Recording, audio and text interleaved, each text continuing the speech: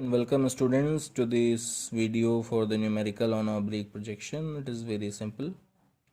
आप देख रहे हैं यहाँ पे हमें क्या करना है, find the transformations for cavalier projection and cabinet projection and we have been given the angle theta.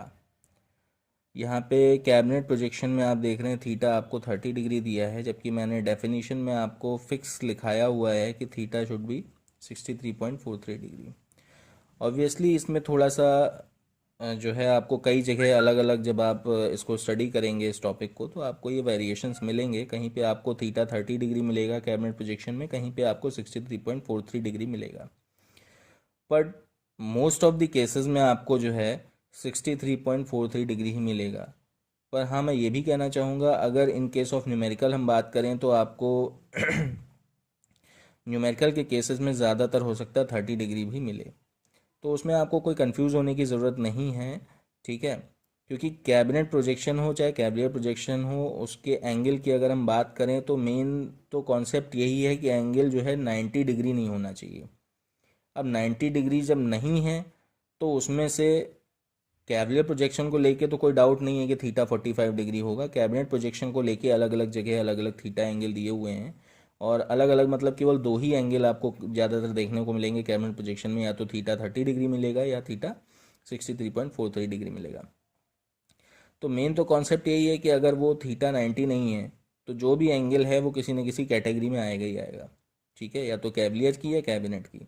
अब कैबिलियर में 45 डिग्री फिक्स है, तो अगर 45 नहीं हुआ तो जो भी एंगल हुआ वो कैबिनेट हुआ, चाहे 30 हो चाहे 63.43 हो।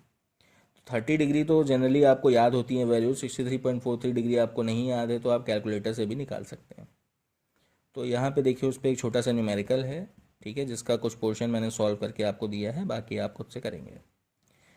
कैबिलियर projection is an oblique projection where there is no foreshortening factors of line perpendicular to the x y plane.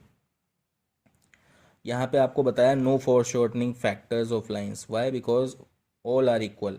यहाँ पे 45 डिग्री पे एक्स वाई और जेड तीनों प्रिंसिपल एक्सिस में हमें फोरशॉर्टनिंग फैक्टर इक्वल मिलता है, तो कोई रेशियो हमें वहाँ पे डिफाइन नहीं होता है, ठीक है। तो इसी वजह से हम फोरशॉर्टनिंग फैक्टर की वैल्यू 1 देते हैं, क्योंकि हमें तीनों में रेशियो इक्वल मिलेगा। अगर हमें रेशियो डिफरेंस मिलता तो हम उसको उसी हिसाब से एफ़ की वैल्यू को चेंज करते हैं, ठीक है। अब यहाँ पे थीटा 45 डिग्री है, तो उस केस में हम ये मैट्रिक्स यूज़ करेंगे जो आपको मैंने बताई हुई है, ठीक है। ये मैट्रिक्स आई है उसी इक्वेशन से, X is equals to X P is equals to X plus L cos theta and Y P is equals to Y plus L sine theta. उन दोनों इक्वेशन से ये मैट्रिक्स आई है। इसी मैट्रिक्स में आपको क्या करना है, एफ और कॉस थीटा और एफ और थीटा की वैल्यू पुट करके और सिंपली आपको सॉल्व कर लेना है। तो इसमें देखा जाए तो सॉल्व करने के लिए कुछ बचा ही नहीं है, क्योंकि ट्रांसफॉर्मेशन निकालना है और दिस इज़ द ट्रांसफॉर्मेशन। इसमें किसी ऑब्जेक्ट का कोई भी मैट्रिक्स नहीं गिवन है, कोई ऑब्जेक्ट आपको नहीं गिवन है, तो बस आपको केवल इतना ही करना था, ठीक है।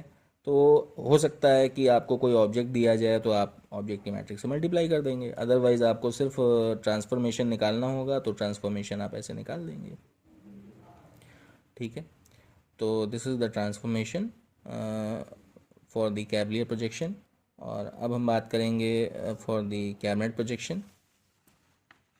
देखिए कैबिनेट प्रोजेक्शन के लिए फोरशॉर्टनिंग फैक्टर 1/2 होगा, जैसा कि मैंने आपको बताया था कि जो उसकी परपेंडिकुलर साइड्स होंगी, जो व्यू प्लेन के परपेंडिकुलर होंगी ऑब्जेक्ट की वो साइड्स, तो उनका फोरशॉर्टनिंग फैक्टर 1/2 है। तो हम क्या करेंगे, उस फोरशॉर्टनिंग फैक्टर को कंसीडर करते हुए थीटा 30 डिग्री रखेंगे और ट्रांसफॉर्मेशन निकाल लेंगे, ठीक है। इट इज़ वेरी सिंपल, इससे सिंपल एग्जांपल या न्यूमेरिकल आपको नहीं मिलेगा करने के लिए प्रोजेक्शन में, ठीक है। तो सिंपल आपको वैल्यूज़ रखनी है और ट्रांसफॉर्मेशन लिख देना है, दैट्स इट। इसमें कोई भी डाउट हो, आपको कोई भी कन्फ्यूजन हो तो आप इसे दोबारा भी पूछ सकते हैं। इस वीडियो को दोबारा देखिए, फिर भी अगर नहीं समझ सकते हैं तो फिर आप उसे अलग से भी पूछ सकते हैं। Thank you students.